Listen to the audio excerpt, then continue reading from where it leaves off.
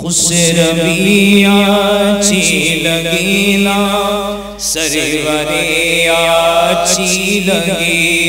हम फकीरों को मदीने, हम फकीरों को मदीने की गली अच्छी लगी। खुसरवी अच्छी लगी ना सरवरे अच्छी लगी। खुसरवी अच्छी लगी ना सरवरे अच्छी लगी। रख दिए सरकारों के तदे मुँह पे सुल्तानों ने सर। रख दिए सरकारों के तदे मुँह पे सुल्तानों ने सर। सरवरे को नो मक्का की, सरवरे को नो मक्का की सांदरी अच्छी लगी। खुसरवी अच्छी लगी ना सरवरे अच्छी लगी। हम फकीरों को मदीने, हम फकीरों को मदीने की गली अच्छी लगी।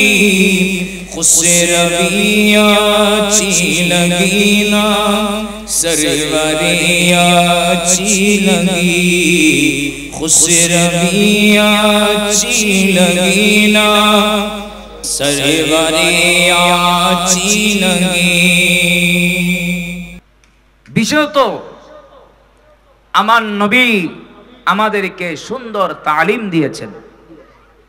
মা বাবারা ছেলে সন্তানদেরকে কিভাবে গাইড করবেন, কিভাবে নিজের সন্তানদেরকে তালিম দিবেন, কিভাবে নিজের সন্তানদেরকে মানুষ করবেন, ছেলে সন্তানদের যে হকগুলো রয়েছে সেই বিষয়েও তালিম দিয়েছেন।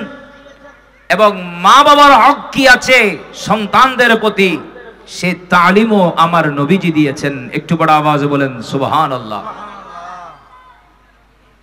বিশেষ করে সন্তানদের জন্য সন্তানদেরকে সুন্দরভাবে লালন পালন করা, আমার নবী কি তালিম দিয়েছেন সেই তালিমগুলা নিজের বাচ্চাদেরকে শিক্ষা দেওয়া। যখন একজন শিশু জন্মগ্রহণ করে, একটু মনোযোগ দিবেন, যখন কোন একটা বাচ্চা দুনিয়ায় আসে তখন মা বাবার উপর কর্তব্য হয়ে যায় বাচ্চার ডান কানে আযান দেওয়া, বাম কানে ইকামত দেওয়া। ডান কানে কি দেওয়া? আপনাদের কি কোনো কষ্ট হচ্ছে? শিক্ষা গ্রহণ করার দরকার আছে। অনেক ভাইয়েরা জানে না, অনেক ভাইয়েরা তো আযানও দিতে পারে না। বলেন আছে না? আমরা এমন মুসলমান আযান দিতে লজ্জা বোধ করি। নাউজুবিল্লাহ বলবেন না? কোন মতে যদি মুয়াজ্জিন হুজুর যদি কোন মতে ছুটি দিয়ে যায় তখন সমাজের মধ্যে একজন মানুষও খুঁজে পাওয়া যায় না আযান দেওয়ার জন্য। টেনশনে থাকি। অথচ আমি কি বলেন না, আমরা কি কষ্ট হচ্ছে আপনাদের? বেশি কষ্ট। আমরা মুসলমান কিন্তু আযান দিতে পারি না।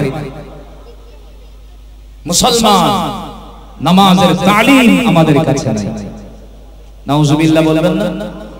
মুসলমান জানাজার ময়দানে দাঁড়িয়ে বলি হুজুর নিয়তটা একটু শিখাই দেন। কি করেন? আমি মুসলমান ঈদের ময়দানে দাঁড়িয়ে বলি হুজুর নামাজের তালিমটা একটু শিখাই দেন। তো ওই জায়গায় কি আপনি শিখে ফেলতে পারবেন? আফসোস।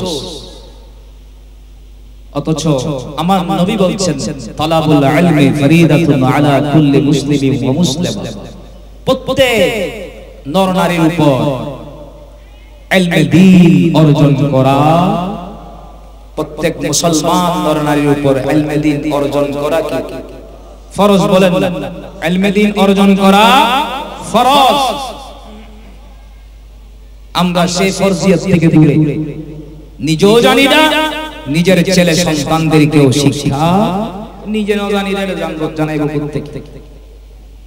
নিজে শিক্ষা গ্রহণ করি নাই, নিজের সন্তানদেরকেও মানুষ করছি না। সেজন্য আজকে সমাজের মধ্যে এই ছেলেরা আদব কি জিনিস সেটা পাচ্ছে না।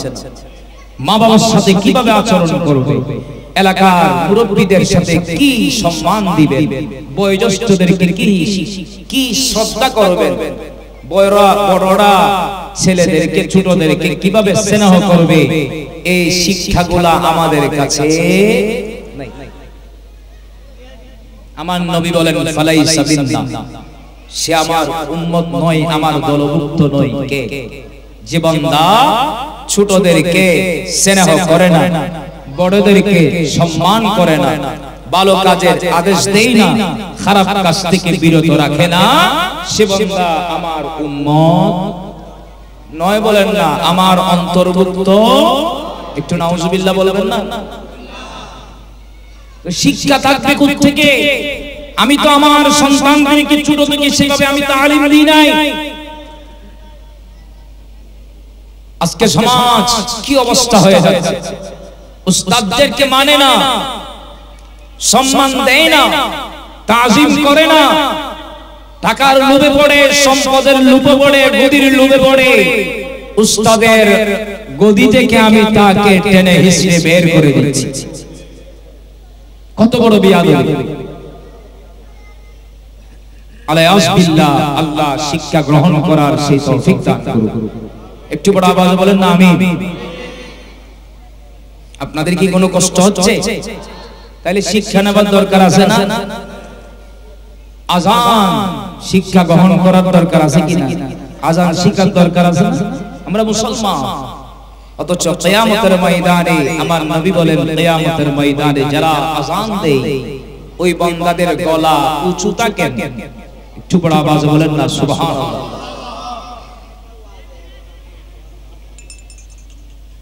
কি বলছিলাম? বাচ্চার ডান কানে, ভুলে গেছে, ডান কানে আযান, বাম কানে ইকামত। ডান কানে আযান, বাম কানে ওই সময় একটা নাম রেখে দিবেন। আযান দেওয়ার পরে ওই সময় কি রাখবেন?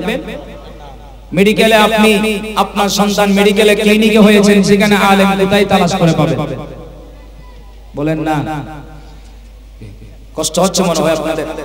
বাচ্চা মেডিকেলে হয়েছেন, ক্লিনিকে হয়েছে, এখন আযান দেওয়ার জন্য আপনি হুজুর তালাশ করতেছেন মেডিকেলে দেন হুজুর ভাই কোন হুজুরের কোন সমস্যা হইলে ভাই দেরি আর আয়ের ভাই গিয়ে চৌধুরীহাট একটা আছে না? চৌধুরীহাট একটা কি আছে তো ক্লিনিক একটা আছে।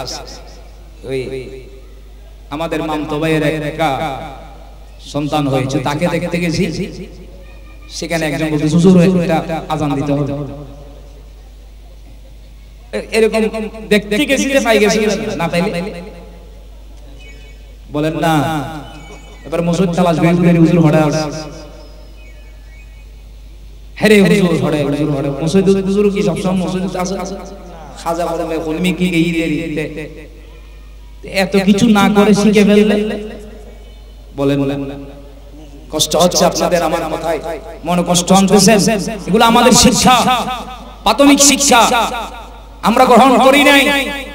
ঘুমের মধ্যে আমরা নিজেদের জীবন যাপন করছি। আযান আমি দিতে জানি না, ইকামত দিতে পারছি না, মুয়াজ্জিন নাই, আমি ইকামত দিতে লজ্জাবোধ করছি কেন? আমার সৌভাগ্য হয়ে গেল, আমার জন্য সৌভাগ্য হয়ে গেল, আল্লাহ আমাকে কবুল করেছেন ইকামত দেওয়ার জন্য। সুবহানাল্লাহ বলেন। আল্লাহ আমাকে কবুল করেছেন আযান দেওয়ার জন্য। এখন আযান দিতে বললে লজ্জাবোধ করে, পিছনে সরে আরেকজন তো আয়া আমাকে আযান দেওয়ার জন্য আল্লাহ কবুল করেছেন, আমি তাড়াতাড়ি চলে যাব আযান দেওয়ার জন্য, কোনো লজ্জা না, শিখে ফেলে দরকার আছে কি না? আমি মানুষকে এলান করছি, আহ্বান করছি নামাজের দিকে, তাহলে এর চাইতে বড় তাকদীরের বিষয় আর কি আছে? কথা বলেন ঠিক কি না? আমরা আযান দিতে লজ্জা বোধ করি, তাহলে বাচ্চার জন্য প্রথমে কি ভুলে গেছেন? ডান কানে আযান, বাম কানে ইকামত, এরপরে কি করবেন? একটা নামকরণ করে দিবেন, ওই মুহূর্তে একটা কি দিবেন? নাম দিবেন। এরপরে আমার নবীর সুন্নাহ অনুযায়ী একটু করে মধু ওই বাচ্চার জিহ্বার মধ্যে দিবেন। বুঝেন নাই? বর্তমান তো আধুনিক কি আধুনিক দিয়া তাল্লাই দিত না চাই বহুত ডাক্তার নয়। আমার নবীর শিক্ষার মধ্যে, সুন্নাহর মধ্যে আমাদের জন্য রহমত রয়েছে। সুবহানাল্লাহ বলেন। আমার নবী হাসনাইনে কারিমাইনে কানে, ডান কানে আযান দিয়েছেন, বাম কানে ইকামত দিয়েছেন, মধু পান করিয়েছেন। মাওলা আলী কাজ করেছেন, মাওলা আলী আযান দিয়েছেন, ইকামত দিয়েছেন। আমার নবী নামকরণ করেছেন, একটু বড় আওয়াজে বলেন না সুবহানাল্লাহ। এরপরে 7 দিনের দিন মাতার বাচ্চাকে গোসল করে মাথার চুলগুলা ফেলে কি করে দিবেন? গোসল হস্টর বাংলার বাজে এই দাঁড়া জানি দিয়ে হদ দেখতে, এগুলা বলার একটা কারণ আছে। ওই চুলগুলা ফেলে দিবেন না, চুলগুলা বলেন না, চুলগুলা আমার নবী তালিম দিয়েছেন। আমার নবী বলেছেন চুলগুলা তোমরা ফেলিও না, সেগুলা ওজন করবা। সেগুলা কি করবে? মাথার চুলগুলা ওজন করবে, সেই ওজন অনুপাতে তুমি সদকা করে দিবে। সুবহানাল্লাহ বলেন। আমার নবী এইভাবে করেছেন, হাসনাইনে কারিমাইনে ওজন করেছেন চুলগুলা। অনেকে সেগুলা জানে না, আমি এগুলা বলছি এখন বুঝতে পারতেছি। চুল ফেলে দেওয়ার পরে বাচ্চাকে কি করবেন? গোসল দিবেন, চুলগুলা ফেলবেন না। এগুলা আপনি স্বর্ণের দোকানে গিয়ে বলবেন এটা কত, আপনার সাধ্য অনুযায়ী, আপনার কাছে কি আছে, সম্পদ আছে, আপনি ওই স্বর্ণ অনুযায়ী এটার কত ওজন হয় সেই অনুযায়ী, আটানা হোক একানা হোক, যত ওজন হয় আর কি এখানে তো উঠবে, সে বলে দিবে এই দাম অনুযায়ী আপনি সদকা করে দিবেন গরীবদেরকে, মিসকিনদেরকে। একটু বড় আওয়াজ বলেন সুবহানাল্লাহ। এটাই আমার নবীর সুন্নাহ, এটাই মুস্তাহাব, এটা বাচ্চার জন্য উপকার। আল্লাহ রাস্তায় দান করলে ও বাচ্চার জন্য উপকার না? কষ্ট হচ্ছে মনে হয় আপনাদের? এভাবে একটা বাচ্চা ছেলে হলে আপনি 2টা ছাগল দিবেন। ছেলে হলে কয়টা? আকিকা, এরপর আকিকা আছে না? বলেন কি আছে? এগুলো মা বাবার হক যেগুলো আছে সেগুলো বলছি। আবার সাধ্য অনুযায়ী দিতেই হবে এরকম বলেন না রে বাবা। ফরজ নয়, ফরজ করে দিলে তো ব্যক্তিগত জবর হয়ে যাবে বাবা। এগুলা মুস্তাহাব, মুস্তাহসান, যে কাজগুলো উত্তম কাজ, যেগুলো আমাদের জন্য ভালো, বাচ্চার জন্য উপকার। আকিকা দিবেন, দেওয়ার সময় বাচ্চার ছেলের জন্য হলে কয়টা ছাগল? বলেন না। ছেলে হলে আর মেয়ে হলে একটা ছাগল আকিকা করবেন।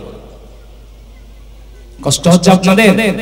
বাচ্চাকে সুন্দরভাবে লালন পালন করবেন। আমার নবী তালিম দিতে লাগলেন। নবীজি বলেন তোমরা যখন বাচ্চার বয়স যখন 7 বছরে চলে যায়, ছেলেদেরকে নামাজের তালিম দিবা। কিসের তালিম? নামাজের তালিম দিবা। বাচ্চাকে সাথে সাথে একবার রাখবা, ওই বাচ্চাকে সুন্দরভাবে তালিম দিবা। আমার নবীর কাছ থেকে তালিম গ্রহণ করেছিলেন মাওলা আলী শের খুদা রাদিয়াল্লাহু তাআলা। বলুন সুবহানাল্লাহ। নামাজ ফরজ হওয়ার আগে, নামাজ ফরজ হওয়ার আগে 2জন ব্যক্তি আমার নবীর সাথে নামাজ পড়েছিলেন। একটু বড় আওয়াজে নামাজ সুবহানাল্লাহ বলবেন না? আমার নবীর সাথে কয়জন? একটা হচ্ছে আম্মা খাদিজাতুল কুবরা রাদিয়াল্লাহু তাআলা আনহা, অপরজন হচ্ছেন মাওলা আলী শের খুদা রাদিয়াল্লাহু তাআলা। একটু বড় আওয়াজে বলেন না সুবহানাল্লাহ। কেন? ওই মাওলা আলী ছোট থেকে আমার নবীর কাছে লালিত পালিত হয়েছে। আমার নবী ওনাকে বড় করেছিলেন, লালন পালন করেছিলেন, যার কারণে বাচ্চাদের একটা অভ্যাস আদত দেখবেন বড়রা কি রকম করে, বলেন না 2 বছরের বাচ্চা, 1.5 বছরের বাচ্চা, 3 বছরের বাচ্চা দেখে মা কি রকম করে, বাবা কি রকম করে, এরা সেটাকে অনুকরণ, বলেন না রে বাবা। ছেলে বাবা যখন নামাজ পড়তে তার বাচ্চাও দাঁড়ায় কি রকম করে একটু দেখে, রুকুতে গেলে ছেলে অন্যান্য করেন না। এই তালিমটা নিজে পড়লে না বাচ্চা এসে নহদ এই আর বহুত কি বুড়ো হয়ে যাবে নামাজ নহরত দিলে মাসালা। অনেকে নামাজ পড়ছে না, তো আপনার ছেলেকে নবী সুন্নাহ অনুযায়ী কিভাবে আপনি লালন পালন করবেন, আগে সুন্নাহটা নিজে গ্রহণ করি, তারপরে আপনার বাচ্চাকে আপনি সে তালিম দিবেন। সুবহানাল্লাহ বলেন। আগে নিজেকে অ্যাকসেপ্ট করতে হবে, নিজেকে সংশোধন করতে হবে। আমি নিজেকে সংশোধন করি নাই, বাচ্চাকে কিভাবে আমি কি করব সংশোধন করব। হাদিস শুনেন, কত সহজটা আপনাদের আবু দাউদ শরীফের হাদিস 494 নম্বর হাদিস, ইমাম আহমদ মুসনাদ আহমদের মধ্যে হাদিস নোট করেছেন। আমার নবী قال رسول الله সবাই পড়ুন সাল্লাল্লাহু আলাইহি ওয়াসাল্লাম মুরু আওলাদাকুম বিসসালাতি ওয়া হুম আবনাউ 7 সিনিনা ওয়া আদরিবুহুম আলাইহা ওয়া হুম আবনাউ 10।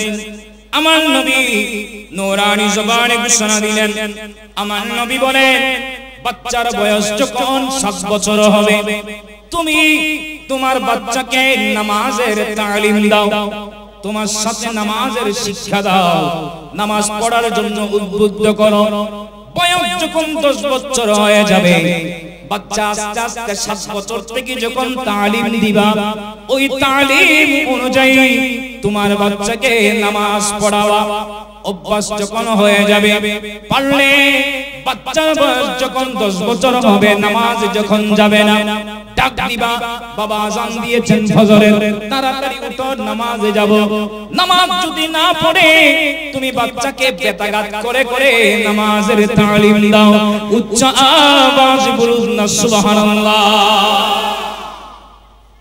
তুমি বাচ্চাকে ফজরে উঠাই দাও, 10 বছর বাচ্চা উঠাই দাও, তোমার সাথে সাথে মসজিদে নিয়ে যাও, এই নিজে মুত্তাহি বড় করতে। আল্লাহ আমাদের সবাইকে আমল করার সেই তৌফিক দান করুন। কি বলছিলাম, বাচ্চা 7 বছর বয়সে তালিম দাও নামাজের, 10 বছরে যখন বাচ্চা পৌঁছে যাবে তোমার সাথে সাথে তালিম যদি গ্রহণ না করে ব্যাট দিয়ে ভয় লাগাও, তাড়াতাড়ি নামাজ পড়ার জন্য ডাক দাও, সংশোধন করো। ছেলে যখন ছোট থেকে অভ্যাস হয়ে যাবে বালেগ হওয়ার সাথে সাথে ওই ছেলে নামাজ আর ছাড়বে না। উচ্চ আওয়াজ বলুন না সুবহানাল্লাহ। এবার 4 বছর 10 মাস 10 দিন যখন হবে, মনোযোগ আছে, আলা হযরত আজিমুল বারাকাত শাহ আহমদ রাজা খান ফাজিল বিনবী রাহমাতুল্লাহ আলাইহি তালিম দিলেন। বাচ্চার বয়স যখন 4 বছর 4 মাস 10 দিন যখন হয়ে যায়, কোন একজন বুজুর্গ মুহাক্কিক আলেমের কাছে সবক দিয়ে দাও।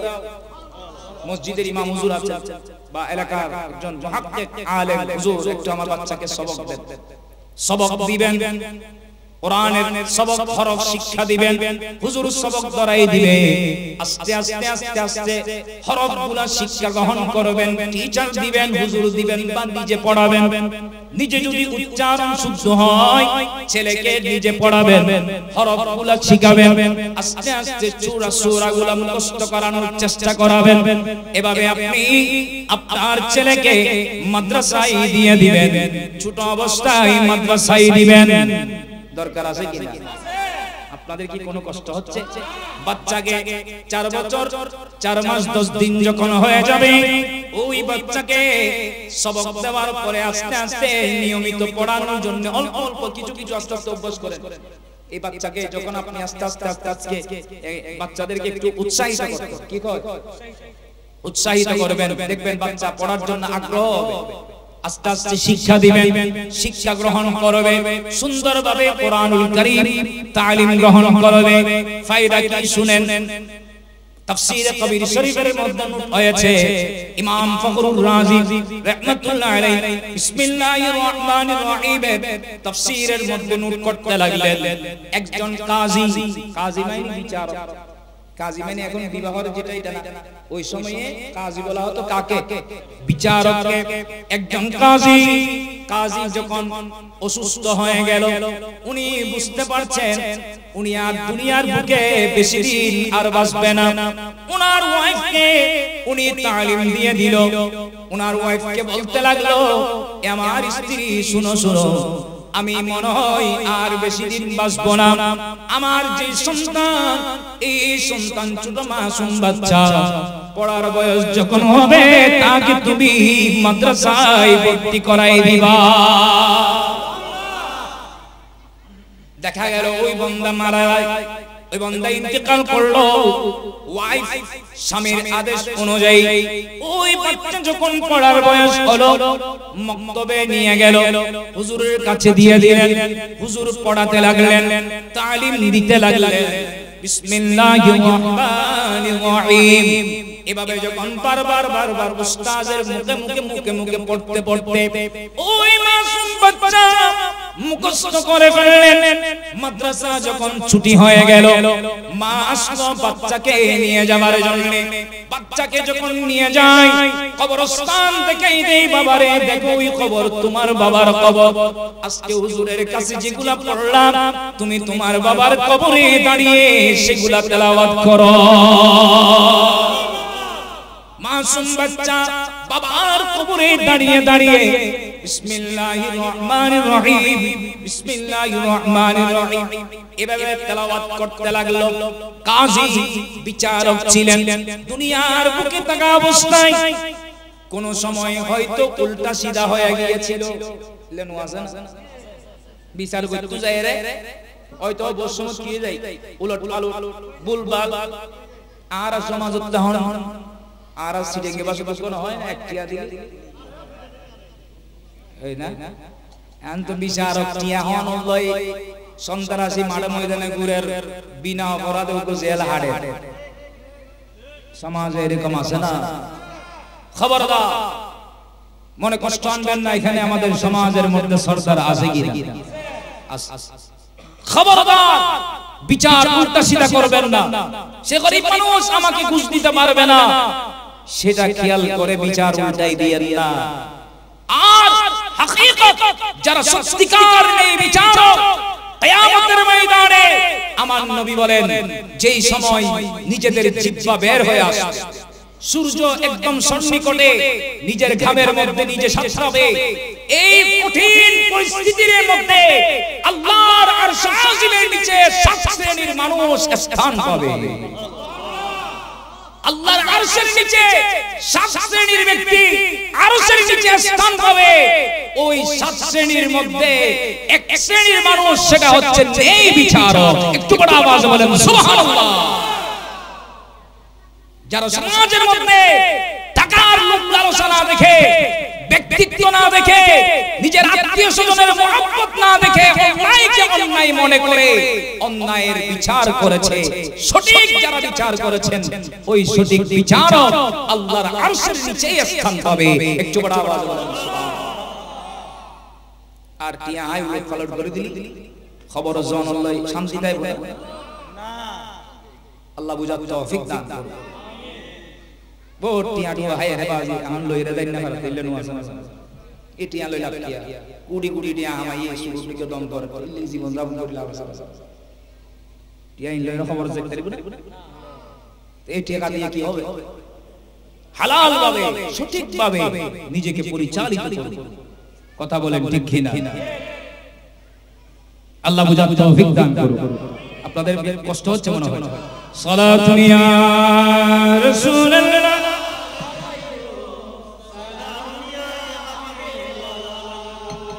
ও মদিনা তোমায় ভুলতে পারি না, ও মদিনা। না তো ঘুমাই মোহাম্মদ আলসিয়া আলসি বেশি আই গই তো কেন মোহাম্মদ না। ও মদিনা তোমায় কি করে বলবো তোমায়, কি করে বলবো তোমায়, বলো না বলো না। তোমার বুকে শুয়ে আছে যে জোড়া, যাকে সৃষ্টি না করিলে আমার রব্বানা কিছুই সৃষ্টি করতো না। ও মদিনা ও মদিনা তোমায়, তিনি আমার জানের জান, আমার প্রাণের প্রাণ, যাকে হারালে হারাবো আমি দো জাহান, যাকে হারালে হারাবো আমি দো জাহান। যার নাম না নিলে ও মদিনা, যার নাম না নিলে দোয়া কবুল হয় না। তোমার বুকে শুয়ে আছেন যে জোড়া, যাকে সৃষ্টি না করিলে আমার রব্বানা কিছুই সৃষ্টি করতো না। ও মদিনা তোমায় সালাতুন ইয়া রাসূলুল্লাহ।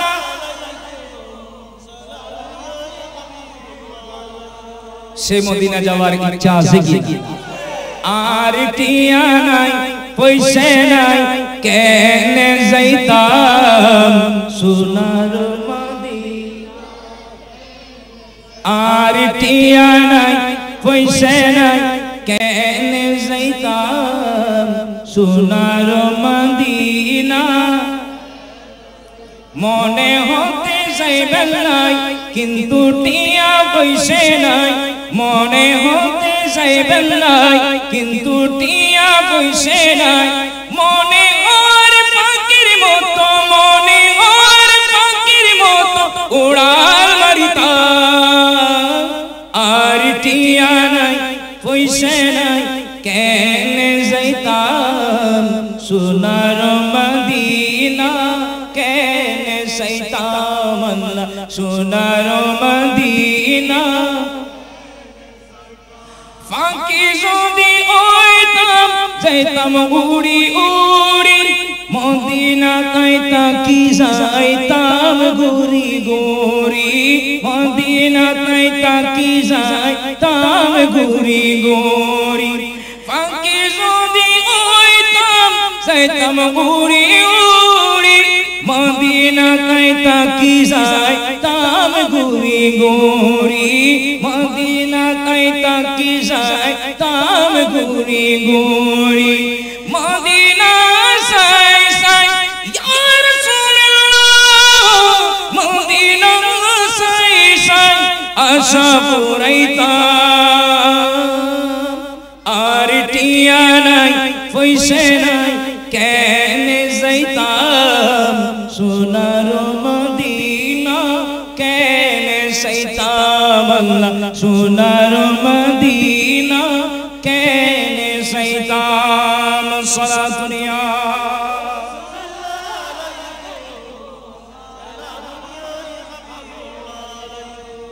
কষ্ট হচ্ছে আপনাদের? কি বলছিলাম? ওই বিচারক ভুলে গেছে। বিচারক হয়তো দুনিয়ায় থাকতে কি করেছিল, উলট পালট হয়ে অন্যায়ভাবে একটা বিচার হয়ে গেল আযাবের মধ্যে। কিছু কইলাম কিসে? আযাবের মধ্যে আছে। ওই বান্দা আযাবের মধ্যে আছেন। দেখা গেল আল্লাহ হুকুম দিয়ে দিলেন, ওই মাসুম বাচ্চা যখন ওই বান্দার কবরে দাঁড়িয়ে দাঁড়িয়ে বিসমিল্লাহির রহমানির রহিম বারবার বলতে লাগলো। বিসমিল্লাহির রহমানির রহিম যখন বারবার তেলাওয়াত করতে লাগলো, রব্বুল আলামিন আযাবের ফেরেশতাদেরকে হুকুম দিয়ে দিল, এই ফেরেশতারা তোমরা চলে আসো। আযাবের ফেরেশতা উঠে যাও, রহমতের ফেরেশতা নেমে যাও। একটু বড় আওয়াজে বলবেন না সুবহানাল্লাহ। আল্লাহ এবং তা কঠিন আযাবের মধ্যে রয়েছে, গুনাহের কারণে আযাবের মধ্যে রয়েছে। আজ আপনি আযাব উঠাই দিলেন, কি ধরনের ভালো কর্ম করলো যার কারণে আযাব উঠিয়ে রহমত নাজিল করে দিলেন। রব্বুল আলামিন বলেন, এই বান্দা দুনিয়া থেকে আসার সময় একজন সন্তান রেখে গেল, যে সন্তান উস্তাদের কাছে পড়ল বিসমিল্লাহির রহমানির রহিম, এই মাসুম বাচ্চা বাবার কবরে দাঁড়িয়ে দাঁড়িয়ে বিসমিল্লাহির রহমানির রহিম তেলাওয়াত করতে লাগলো। বিসমিল্লাহির রহমানির রহিম, আল্লাহর নামে আরম্ভ, যিনি দয়াবান রহমতওয়ালা। নিষ্পাপ জবান দিয়ে আমাকে রহমতওয়ালা বলেছেন, আমাকে দয়াবান বলেছেন। পার পরিমাণ গুনাহ হলো, তার চাইতে তো আমার রহমত অনেক বড়। নিষ্পাপ জবান দিয়ে আমাকে যখন রহমত বললেন, আমাকে যখন দয়াবান বললেন, আমি আমার রহমতের দিকে তাকিয়ে ওই বান্দার সমস্ত গুনাহ আমি ক্ষমা করে দিয়ে দিলাম। আল্লাহু আকবার।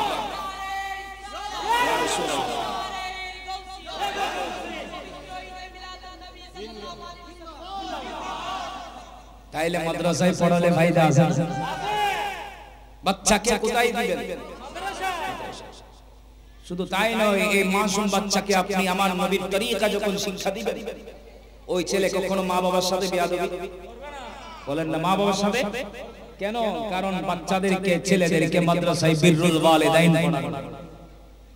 বিররুল ওয়ালিদাইন, মা বাবার সাথে সুন্দর আচরণ, মা বাবার হক কি রকম সে তালিম আমার নবী দিয়েছেন। ওই হাদিস ওই বাচ্চাদেরকে শিক্ষা দেওয়া। স্কুল কলেজের মধ্যে এগুলো আছে, আমি পড়াতে নিষেধ করছি না। আগে প্রাথমিক যে তালিমগুলো, যে শিক্ষা আপনার ছেলেকে আপনি দেন, নবীর সুন্নাহ গঠন, সুন্নাহ অনুযায়ী আপনার বাচ্চাকে আপনি তালিম দেন, আপনার ছেলেকে ডাক্তার বানান, ইঞ্জিনিয়ার বানান, কোনো সমস্যা নাই। এই ছেলে মোটামুটি, ওই যে বলেছিলাম, মোটামুটি সুন্দরভাবে কিভাবে চলবে, শরীয়ত মোতাবেক কিভাবে চলবে, শরীয়ত মোতাবেক নিজের জীবনকে কিভাবে গঠন করবে, সেই ফরজ গোসল কিভাবে আদায় করবে, নামাজ কিভাবে আদায় করবে, ওযু কিভাবে করবে, সমস্ত ফিকহ ফতোয়া এগুলা তালিম যখন পেয়ে যাবে, এবার আপনার ছেলেকে আপনি ডাক্তার বানান, ইঞ্জিনিয়ার বানান, কোনো সমস্যা হবে না।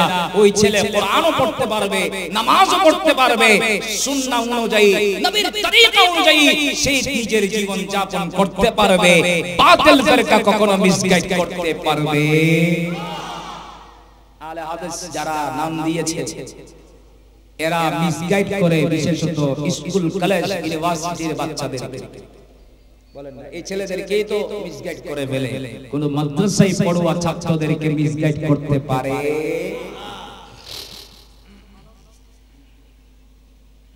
আল্লাহ যারা বুঝে না তাদেরকে বুঝার তৌফিক দান করুন।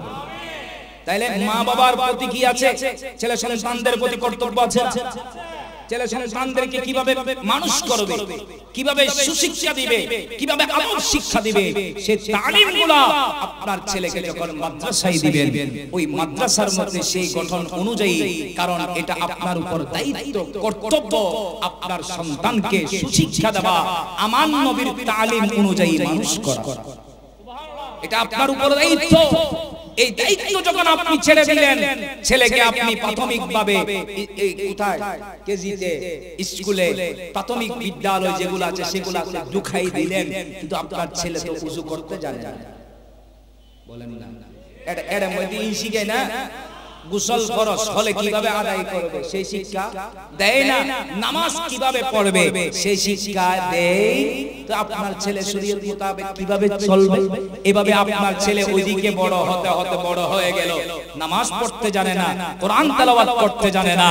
আপনি যখন মারা গেলেন, আপনার কবরে কিভাবে দাফন করবে সেই তালিম তখন ওযু তোয়া দিয়ে সে নামাজ খবর হতো না, মাইতো না যায় বহুত আছে খবর কি মানুষের নামাজের দেওয়া আছে, ওনাদের বেশি কষ্ট, নামতে জানে না, কবরের পাড়ে দাঁড়িয়ে কোরআন তেলাওয়াত করতে জানে না। কেন? আপনি তো সেই শিক্ষা দিয়ে বড় করেন না। আল্লাহ যারা বুঝে না তাদেরকে বুঝার তৌফিক দান করুন। আপনাদের কি কোনো কষ্ট হচ্ছে? সেজন্যই তো আজকে অনেক ছেলেরা মা বাবার সাথে বেয়াদবি করে, কথা বলেন আছে কি না? আজকে ছেলে সন্তানরা মা বাবার সাথে বেয়াদবি করে, অথচ আল্লাহর ইবাদতের পর মা বাবার সাথে সুন্দর ব্যবহার করার কথা আছে।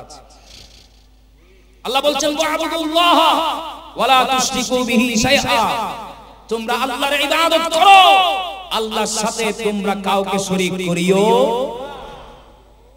পরপর বলছেন ওয়াবিল ওয়ালিদাইনি ইহসানা, তুমি তোমার মা বাবার সাথে, তোমরা তোমাদের মা বাবার সাথে সুন্দর ব্যবহার করো।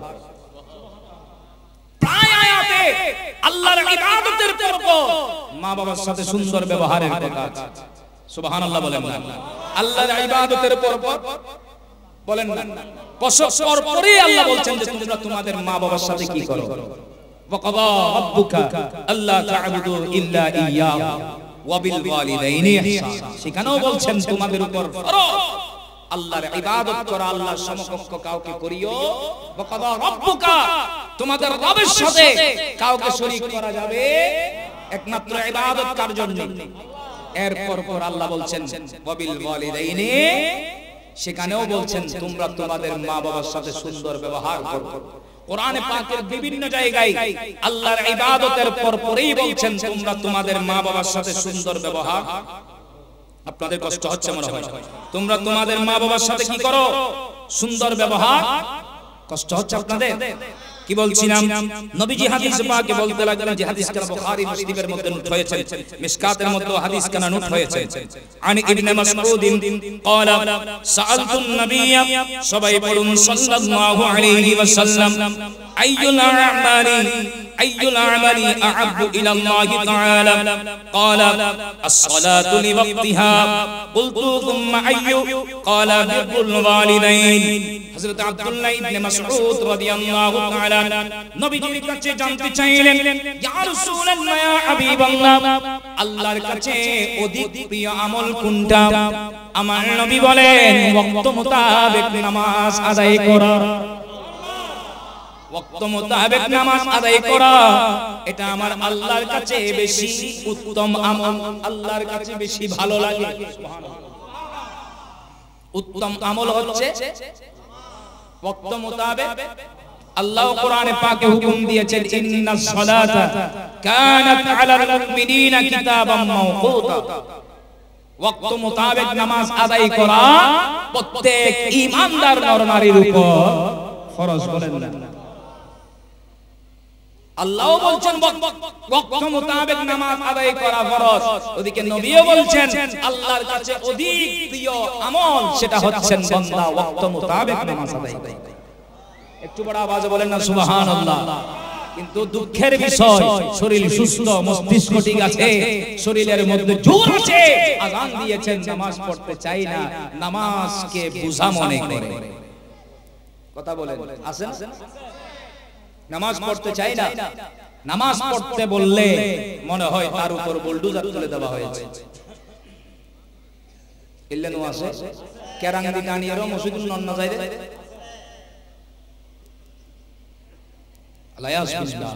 যারা নামাজকে বোঝা মনে করে।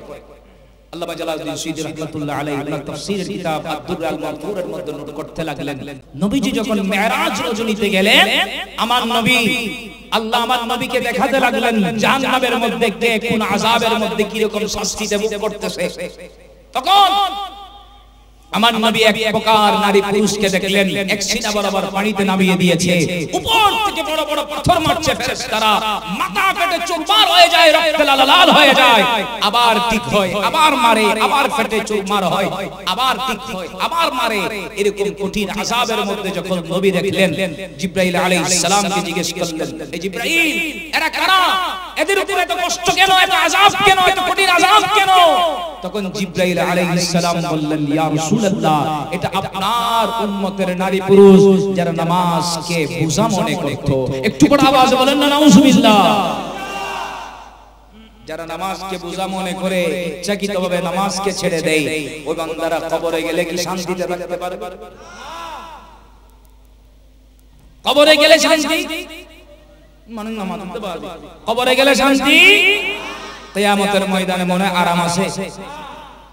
সূরা কলমে রব্বুল আলামিন বলেন, বিসমিল্লাহির রাহমানির রহিম, ইয়াওমা ইউকশাফু আন সাকিন ওয়া ইউদউনা ইলা সুজুদি ফালা ইস্তাতিউন فلا يستطيعون خاشعة أبصارهم ترهقهم ذلة وقد كانوا يدعون إلى السجود وهم سالمون رب العالمين বলেন يوم يكشف عن ساق কিয়ামতের কঠিন দিনে বান্দার পায়ের গোছাগুলা খুলে ফেলবে পায়ের মুড়ি পায়ের গোছা আছে যেটার উপর আমরা ভর দিয়ে চলি ইস্তিকামত থাকি পায়ের গোছাগুলা খুলে ফেলবে ওয়ায়ুদাউনা ইলাস সুজুদ আল্লাহর পক্ষ থেকে হুকুম আসবে সিজদা দেওয়ার জন্য ফালা ইস্তাতিউন কষ্টের কারণে যন্ত্রণার কারণে সিজদা দিতে পারবে না খাশিয়াতান আবসারুহুম তারহাকুম যিল্লা সিজদা যখন দিতে পারবে না লজ্জিত হয়ে মাথা নিচু করে ফেলবে ওই মুহূর্তে রব্বুল আলামিনের পক্ষ থেকে লাঞ্ছনাদায়ক আযাব শুরু হয়ে যাবে উচ্চ আওয়াজে বলুন না নাউযুবিল্লাহ ওরা কারা ওয়াকাদ কানু ইউদাউনা ইলাস সুজুদি ওয়া হুম সালিমুন এরা ওই সব বান্দা যারা দুনিয়ার বুকে থাকা অবস্থায় মস্তিষ্ক ঠিক ছিল ব্রেন ঠিক ছিল শরীর সুস্থ ছিল মুয়াজ্জিন আযান দিয়েছে তার কোনো পাত হয় নাই কানে আযান ঢুকে নাই গল্প গুজবে রয়ে গেল খেলতামাশায় রয়ে গেল ইচ্ছাকৃতভাবে নামাজকে ছেড়ে দিয়েছিল আল্লাহর দরবারে সিজদা দেওয়ার জন্য যাই নাই নামাজ পড়ে নাই কিয়ামতের ময়দানে রব্বুল আলামিন বলবেন আমার বান্দারে তোমাদেরকে আমি তো সুস্থ রেখেছিলাম ব্রেন সুস্থ রেখেছিলাম শরীর সুস্থ রেখেছিলাম এরপরেও তোমরা নামাজ পড়ো নাই আজ কিয়ামতের ময়দানে আমি তোমাকে অসুস্থ করে দিলাম দেখি তুমি এবার সিজদা দাও কষ্টের কারণে যন্ত্রণার কারণে সিজদা দিতে পারবে না চক্ষু অবনত করে ফেলবে মাথা নিচু করে ফেলবে ওই মুহূর্তে লাঞ্ছনাদায়ক আযাব শুরু হয়ে যাবে উচ্চ আওয়াজে বলুন না নাউযুবিল্লাহ শিক্ষা নেওয়ার দরকার আছে আল্লাহ আমল করার তৌফিক দান করুন যে কথা বলছিলাম আমার নবী কি বললেন ওয়াক্ত মোতাবেক নামাজ আদায় করা এটা আল্লাহর কাছে অধিক প্রিয় আমল সুবহানাল্লাহ বললেন এবার হযরত আব্দুল্লাহ ইবনে মাসউদ রাদিয়াল্লাহু তাআলা আবার জিজ্ঞেস করলেন ইয়া রাসূলুল্লাহ এরপরে উত্তম আমল কোনটা আমার নবী বলেন বিরুল ওয়ালিদাইন তোমরা তোমাদের মা বাবার সাথে সুন্দর ব্যবহার করবা উচ্চ আওয়াজে বলুন না সুবহানাল্লাহ মা বাবার সাথে সুন্দর ব্যবহার করা এটাই উত্তম আমল নামাজের পর এখানেও নবী হাদিসের মধ্যে নবীজি বলছেন যে নামাজের পর মা বাবার সাথে সুন্দর ব্যবহার করা এটাও উত্তম আমল একটু বড় আওয়াজে বলবেন না সুবহানাল্লাহ আজকে আমাদের অনেক ভাইয়েরা মা বাবার সাথে খারাপ আচরণ করে এরকম বান্দা আছে কি খবরদার আল্লাহ আমাদের সবাইকে শিক্ষা গ্রহণ করার সেই তৌফিক দান করুন সেজন্য আমার নবী অপর riwayate বলেন ক্বালা রাসূলুল্লাহ সবাই পড়ুন সাল্লাল্লাহু আলাইহি ওয়াসাল্লাম রিদার রাব্বি ফি রিদাল ওয়ালিদাইন ওয়া সাখতুর রাব্বি ফি সাখতিল ওয়ালিদাইন আমার নবী নূরানি জবানে ঘোষণা দিলেন যে সন্তানের উপর মা বাবা রাজি ওই বান্দার উপর আল্লাহ রাজি যে বান্দার উপর মা বাবা রাজি তার উপর আল্লাহ রাজি যার উপর মা বাবা নারাজ ও বান্দার উপর আল্লাহ মা বাবা নারাজ আল্লাহ নামাজ রোজা হজ যাকাত ইবাদত বندگی তাসবিহ তাহলিল যত কিছু করেন না কেন মা বাবা যদি নারাজ থাকে এই আমলগুলো আল্লাহর দরবারে কবুল হবে আমার নবীজি একদিন এক কবরস্থানের পাশ দিয়ে যাচ্ছিলেন নবীজি একদিন কি এক কবরস্থানের পাশ দিয়ে যাচ্ছিলেন যাওয়ার সময় আমার নবী কবরের মধ্যে খেয়াল করলেন দেখলেন একটা কবরে ডানে আগুন বামে আগুন সামনে আগুন পিছনে আগুন উপরে আগুন নিচে আগুন ওই মইয়ত নবীর কাছে সাহায্য তালাশ করেন ইয়া রাসূলুল্লাহ ইয়া হাবিবাল্লাহ আমার ডানে আগুন, বামে আগুন, সামনে আগুন, পিছনে আগুন, উপরে আগুন, নিচে আগুন। ইয়া রাসূলুল্লাহ আপনি একটু আমাকে সাহায্য করুন। মইয়ত আমার নবীর কাছে কি চাই বলেন না? অনেক ভাইরা তো সেটাকে শিরক আর ফাদাদের ফতোয়া দিয়ে ফেলে। অথচ মুস্তাদরাক লিল হাকিমের মধ্যে হাদিস নিয়ে হয়েছে হযরত আদম আলাইহিস সালাতু ওয়াস সালামকে যখন জান্নাত থেকে দুনিয়ার বুকে প্রেরণ করে দিলেন, হযরত আদম আলাইহিস সালাম 350 বছর কান্নাকাটি করেছিল। লাজে আমার আল্লাহর দরবারে ফরিয়াদ করেছিলেন, আল্লাহ তুমি মুহাম্মদ সাল্লাল্লাহু আলাইহি ওয়াসাল্লামের ওসিলায় তুমি আমাকে ক্ষমা করো, আমার দোয়াকে তুমি আল্লাহ কবুল করো। আল্লাহ বলেন, এ আদম উনাকে তো এখনো আমি সৃষ্টি করি নাই, এখনো দুনিয়ার বুকে পাঠাই নাই, ওনাকে তুমি চিনলে কিভাবে? আদম আলাইহিস সালাম বলেন, আল্লাহ আপনি যখন আমার শরীরের মধ্যে রূহ প্রবেশ করাইলেন, ওই সময় আমি আরশের দিকে তাকালাম, দেখলাম লা ইলাহা ইল্লাল্লাহ মুহাম্মাদুর রাসূলুল্লাহ। আপনার নামের পাশে ওই নবীর নাম যখন দেখলাম বুঝে গেলাম ইনি আপনার কাছে বেশি প্রিয়। আল্লাহ বলেন, সাদাকতা ইয়া আদম, এ আদম তুমি সত্য বলেছো। ওই নবীকে যদি আমি সৃষ্টি না করতাম আমি কোনো কিছুই সৃষ্টি করতাম না, উনি আমার কাছে বেশি প্রিয়, যার কারণে তুমি আদমকেও আমি কবুল করলাম, এমনকি তোমাকেও আমি সৃষ্টি করলাম ওই নবীর কারণে। উচ্চ আওয়াজ বলুন না সুবহানাল্লাহ। আলা হযরত বলেন, জমিন ও সামা तुम्हारे लिए, मकीन व मका तुम्हारे लिए, चुनीन व चुना तुम्हारे लिए, बने दो जहां माशाअल्लाह। ज़मीन व ज़मा तुम्हारे लिए, मकीन व मका चुनीनो चुना तुम्हारे लिए, चुनीनो चुना तुम्हारे लिए, बने दो जहां दाए में ज़ुबान तुम्हारे लिए, बदले में जा तुम्हारे लिए, दाए में ज़ुबान तुम्हारे लिए, बदले में जा तुम्हारे लिए, हम आए यहाँ तुम्हारे लिए, उठे भी वहाँ तुम्हारे लिए। सला दुनिया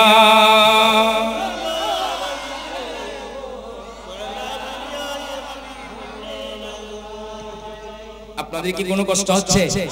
কি বলছিলাম, আদম আলাইহিস সালামের দোয়া আল্লাহ কবুল করেছেন আমার নবীর নামে পাকের ওসিলায়। আলা হযরত আজিমুল বরকত শাহ আহমদ রাজা খান ফাজিল বেল্লভী রাহমাতুল্লাহ আলাইহি মাকে নিয়ে হজে গেলেন। ওই সময় তো বর্তমান যুগের মতো নয়, এখন তো প্লেনে করে হন না, আর ওই সময় তো পানির জাহাজে করে। বলেন না, আমাদের মুরব্বিরা জানবেন, আজ থেকে প্রায় 50-60 বছর আগে এরকম প্লেনের তেমন ব্যবস্থা অত্যাধুনিক ছিল না। পানির জাহাজে করে করে মানুষ কোথায় হজে যেত। আলা হযরত আজিমুল বরকত শাহ আহমদ রাজা খান ফাজিল বেল্লভী রাহমাতুল্লাহ আলাইহি মাকে নিয়ে হজে গিয়েছিলেন পানির জাহাজে করে। হজের কাজ সম্পাদন করে যখন ফিরে আসতে লাগলেন, পানির স্রোতের মধ্যে যখন পড়লেন, সমুদ্রের অবস্থা খুবই ভয়াবহ, ডুবে যাবে এমন অবস্থা। হাজী অন্যান্য হাজী যারা আছেন সবাই কলমা শরীফ পড়ে ফেলেছেন, বাঁচার কোনো ওয়ে দেখতে পাচ্ছে না। আলা হযরতের মাও ভয় পেয়ে গেলেন। আলা হযরত বলেন, আম্মা ভয় করিয়েন না, আমার নবীর তালিম অনুযায়ী আমি লঞ্চের মধ্যে উঠেছি, ভয় করিয়েন না, আমার নবীর শিক্ষা অনুযায়ী উঠেছি। আলা হযরত लिखा शुरू कर दिलेन, फला तुम है गशीती पे तूफान गम का, कैसी हवाएं मुखालिफ चली है, कैसी हवाएं मुखालिफ चली है, न क्यों कर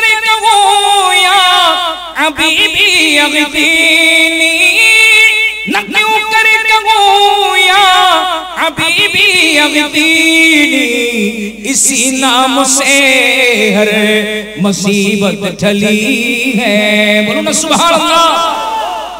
आला हज़रत बोलें সূর্য সমুদ্র আমাদের বিপরীত চলে যাচ্ছে, লঞ্চ ডুবে যাবে, আমি আমার নবীর নামের ওসিলা চাইলাম। নবীর নামের ওসিলা নিয়েছি কেন? কারণ ওই নবীর নামের ওসিলাই তো আল্লাহ অনেক বড় বড় মুসিবত দূরীভূত করে দিয়েছেন। फला तुम है कशीती पे तूफान गम का एक ऐसी हवाएं मुखालिफ चली है, एक ऐसी हवाएं मुखालिफ चली है। न क्यों करे कहूँ या हबीबी यकीनी न क्यों करे कहूँ या हबीबी यकीनी इसी नाम से हर मुसीबत टली है। नबी सरवरे हर रसूलो वली है। सला सुनिया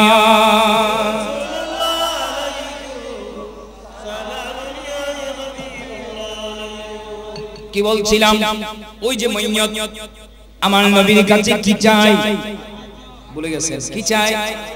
আমার নবী হুকুম দিলেন ওই কবরস্থানের যত মইয়ত আছেন ওনাদের আত্মীয় স্বজন যারা আছে সবাইকে নবী হুকুম দিলেন, নবী এলান করে দিলেন, একজন একজন করে ডেকে আনলেন, এক একজন এক এক কবরের পাশে পাশে দাঁড়ালেন। আমার নবী দেখেন যে কবরের মধ্যে মহাযাব চলে, ওই কবরের পাড়ে কে দাঁড়ায় নবী খেয়াল করতে লাগলেন। দেখা গেল একজন বৃদ্ধ মহিলা ওই কবরের পাড়ে দাঁড়িয়ে গেল। ওই বৃদ্ধ মহিলা কবরের পাড়ে দাঁড়িয়ে গেল। আমার নবী অন্যান্য মানুষ যারা আছেন ইনাদেরকে হুকুম দিয়ে দিলেন চলে যাবার জন্য। সবাই যখন চলে যায় এবার নবীজি গিয়ে জিজ্ঞেস করলো এই কবরের মধ্যে যে আছে উনি কে? ওই বৃদ্ধ মহিলা বলেন ইয়া রাসূলুল্লাহ ইয়া হাবিবাল্লাহ এই কবরের মধ্যে যে আছে সেটা আমার সন্তান।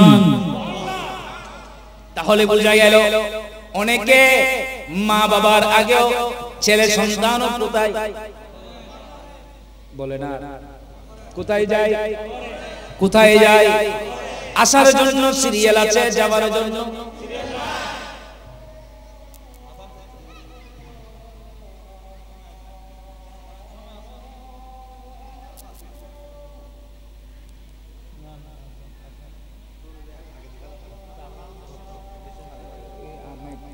বন্ধ করে দিয়ে রে। হ্যাঁ হ্যাঁ এটা মাইক তো আছে, বন্ধ করি সাউন্ড নাই।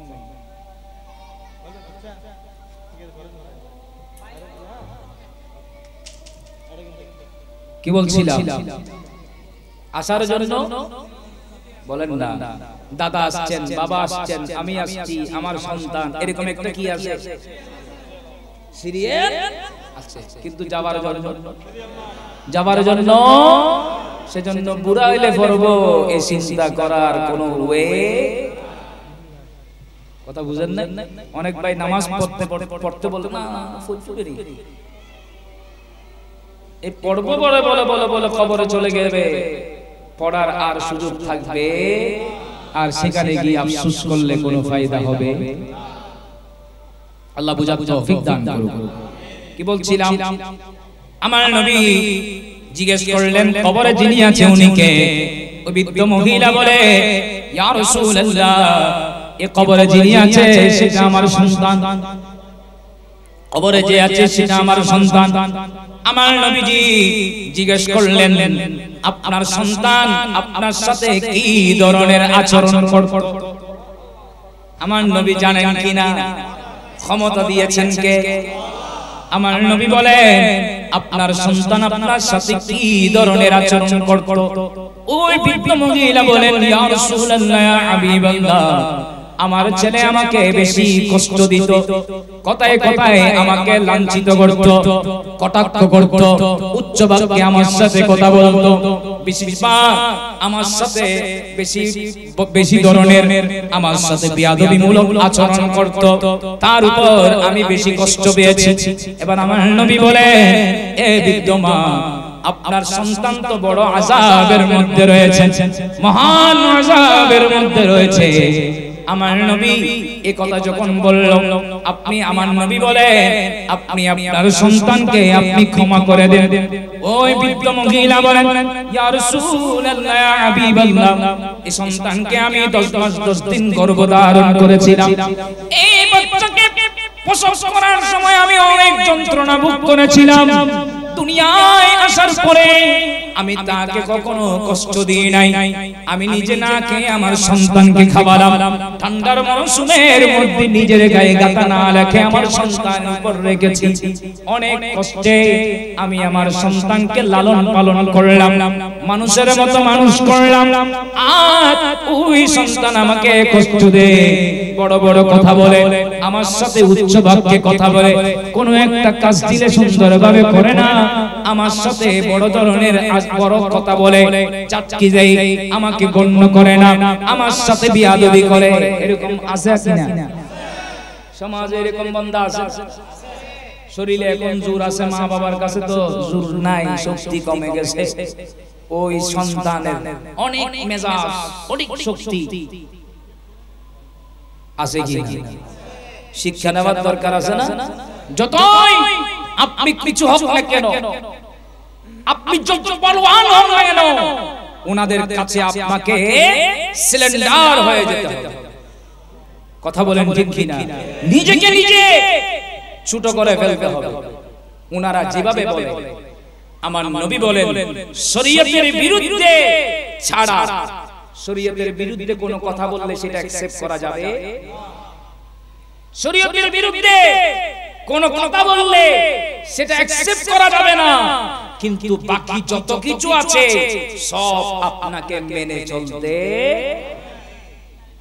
সেরকম একদিন হযরতে, আপনাদের কি কোনো কষ্ট হচ্ছে? উম্মে সালমা রাদিয়াল্লাহু তাআলা উনি একদিন নবীর কাছে এসে বলতে লাগলেন, ইয়া রাসূলুল্লাহ, আমার মা আমার কাছে এসেছে মুশরিক অবস্থায়। কি অবস্থায় বলেন না? কি অবস্থায়? মুশরিক। আমি মুসলমান, আমার মা কি মানুষ নামাজের দেবাজ। মুশরিক মানে যারা আল্লাহর সাথে কি করে, সমকক্ষ মান্য মানতে দেখুন না, শরীক করে। আর কি তো শরীক করলে কি এটা ঈমান আছে? কাফের। মুশরিক অবস্থায় আমার মা আমার কাছে আসছে। আমার মা তো ইসলাম ধর্ম থেকে বিমুখ, ইসলাম ধর্ম অ্যাকসেপ্ট করে নাই।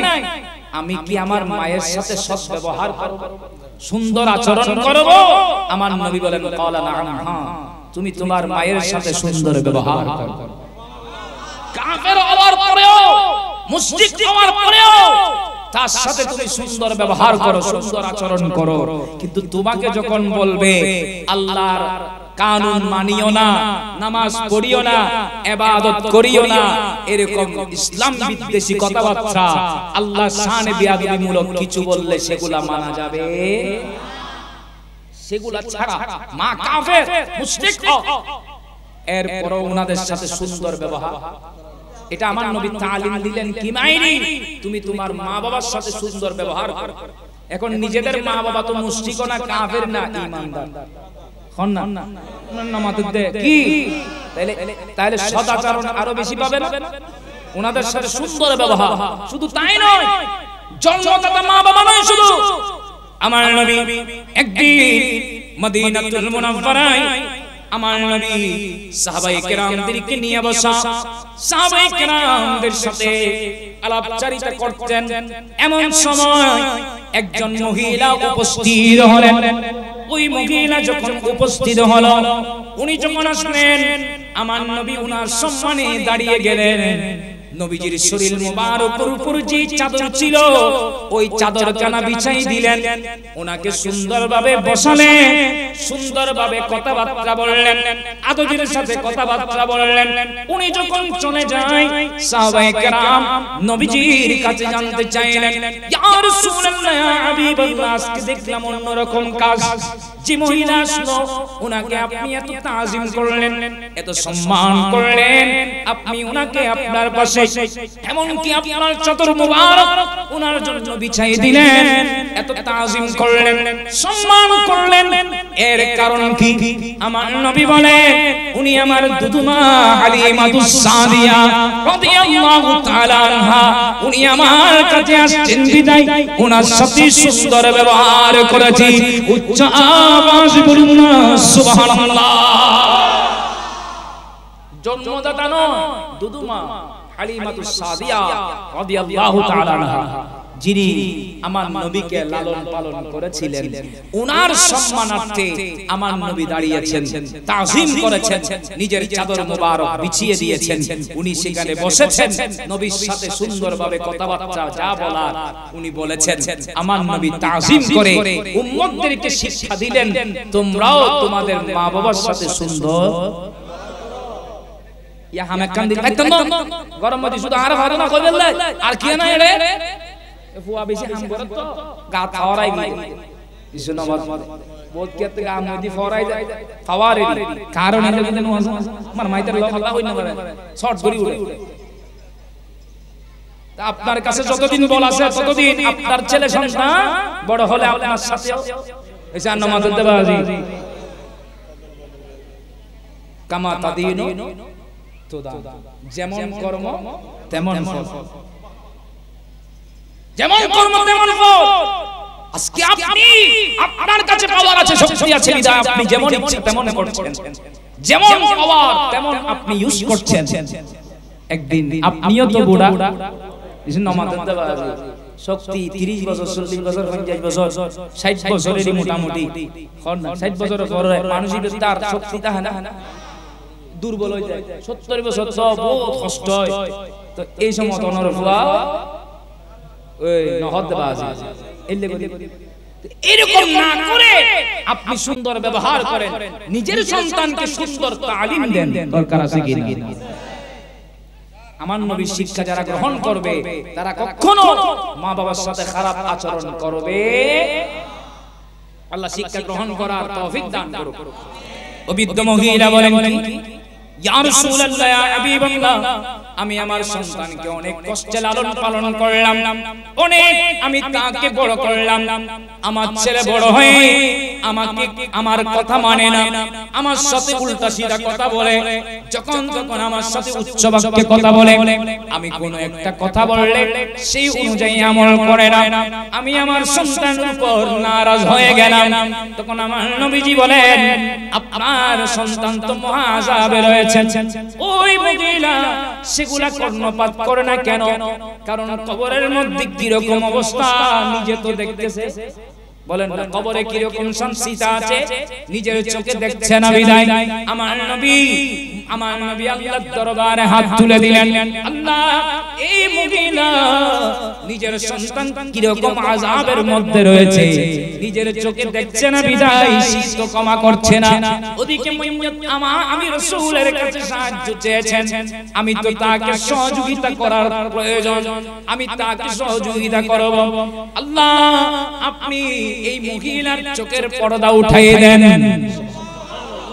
যাতে নিজের চোখে দেখে কবরের মধ্যে যে কঠিন আযাবের মধ্যে রয়েছে সেটা যাতে নিজের চোখে দেখতে পায়। সুবহানাল্লাহ।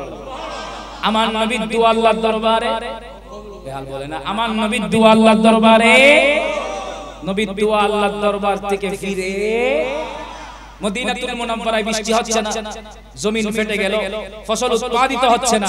সাহাবায়ে কেরামের মধ্যে যারা কৃষি কাজ করেন ওনাদের চেহারা মলিন হয়ে আছেন। জুমার দিন নবীজি খুতবা দিচ্ছিলেন, এমন সময় একজন সাহাবী দাঁড়িয়ে গেলেন, ইয়া রাসূলুল্লাহ, মসজিদ মদিনা শরীফের মধ্যে তো বৃষ্টি হচ্ছে না, জমিন ফেটে গেল, ফসল উৎপাদিত হচ্ছে না, দেখেন না সবার তো চেহারা মলিন হয়ে আছে, একটু দোয়া করেন না যাতে আল্লাহ বৃষ্টি নাযিল করেন। আমার নবীজির নূরানি হাত মুবারক উত্তোলন করে দিলেন। আমার নবী মুনাজাত শেষ করে মিম্বর শরীফ থেকে নামার আগে আগে মুসলধারে বৃষ্টি শুরু হয়েছে লাগাতার এক সপ্তাহ। পরের জুমায় ওই সাহাবী আবার দাঁড়িয়ে গেল, ইয়া রাসূলুল্লাহ, বৃষ্টির কারণে পুরো মদিনাতুল মুনাওয়ারা কি ভেসে যাবে, আর একটু দোয়া করেন না যাতে বৃষ্টি বন্ধ হয়ে যায়। অনানা বৃষ্টি কড়া সর্বনাশী, দুর্ভিক্ষে পড়া মদিনাবাসী, সাহাবীদের যারা কৃষক চাষী, অভাবে হারায় মুখের হাসি, অনাবৃষ্টি কড়া সর্বনাশী, দুর্ভিক্ষে পড়া মদিনাবাসী, সাহাবীদের যারা কৃষক চাষী, অভাবে হারায় মুখের হাসি, নবীর দুয়াতে টানা বৃষ্টিতে, নবীর দুয়াতে টানা বৃষ্টিতে, তুই তুই পানিতে মদিনা বাসায়, তুই তুই পানিতে মদিনা বাসায়, আমার নবীজির মালিকানায় জারি আছে ওই পাক মদিনায়। নই রে আটলান্টিক, নই প্যাসিফিক, আরো বড় আরো গভীর নদী, খোদার রহমতে মহাসাগর, দয়ায় ভরপুর কানাই কানাই, দয়ায় ভরপুর কানাই কানাই, আমার নবীজির মালিকানায়। সালাত দুনিয়া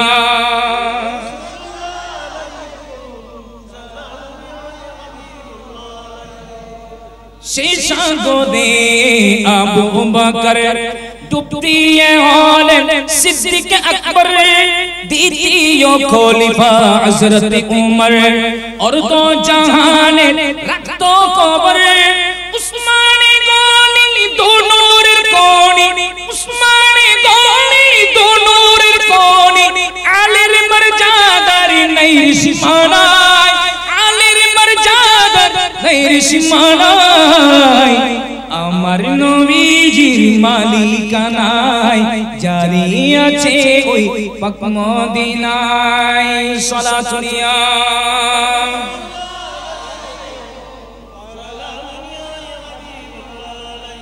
নবীর দোয়া আল্লাহর দরবারে, নবীর দোয়া আল্লাহর দরবারে। আমার নবী দোয়া করার সাথে ওই মহিলার চোখ খুলে গেল, চোখের পর্দা উঠে গেল, নিজের চোখে দেখতে পেলেন সন্তান মহাযাবের মধ্যে রয়েছে। আরে ডানে আগুন, বামে আগুন, সামনে পিছনে উপরে নিচে আগুনের মধ্যে আছে সন্তান, আযাবের মধ্যে আছে, চিল্লাচ্ছে। মা এটা দেখে আর সহ্য করতে পারে না, আরে আমার সন্তান মহাবিপদের মধ্যে আছে। ইয়া রাসূলুল্লাহ, ইয়া হাবিবাল্লাহ, আপনি একটু আমার সন্তানকে সহযোগিতা করেন, সাহায্য করেন। আমার নবী বলেন, আমার কাছে আর কিছু করতে হবে না। দেখেন, সন্তান সারা জীবন মাকে কষ্ট দিল, সন্তান আযাবে আছে, মা বাবা সেগুলা সহ্য করতে পারে না। যত মা বাবাকে কষ্ট দিক, ছেলে সন্তানের কষ্ট মা বাবা সহ্য করতে সারা জীবন আল্লাহ বেশি এলে হয় কষ্ট থরিয়ে বাজি পুরো মানুষ অন্তর ভারী বদুয়াইদার গুদরি এই ফোয়ারে আই কি কইল, কত কিছু কইল, হয় না কন্না বাজি আর সমাজ কইলে না, হয় না কত কই ফো আল্লাহ কত কি কইল, কি কইল মাঝি, কি কইলাম আফসোস, এলে করে এই যে আফসোস করেছে, এটা বদদুয়া, এটা ছেলে সন্তানের উপর মহা বড় ভয়ানক। আমার নবী বলেন, তিন ধরনের ব্যক্তির দোয়া আল্লাহ এবং বান্দার মাঝখানে কোনো পার্টিশন থাকে না। সুবহানাল্লাহ। কয় ধরনের ব্যক্তি বলেন না, কয় ধরনের? একটা হচ্ছে মজলুম। কি মজলুম মানে কি? যার উপর কি করা হয়েছে জুলুম হইছে, নামাজ পড়তে বাজ। আমার নবী বলেন, মজলুমের বদদুয়া থেকে তোমরা বেঁচে থাকো। যারা মজলুম, যাদের উপর জুলুম করা হয়, যাদের উপর কি করা হয় জুলুম, অন্যায় করে নাই, আমি অন্যায় ভাবে তাকে দুষ চাপিয়ে দিয়ে মারতেছি, ওই জান্নাতের দেবাজি ওই যে কিছুক্ষণ আগে বলেছিলাম যে দুষ করে নাই, দুষ চাপিয়ে দিয়ে জেলের মধ্যে ঢুকাই দিয়েছে, সাজা ভোগ করতেছে।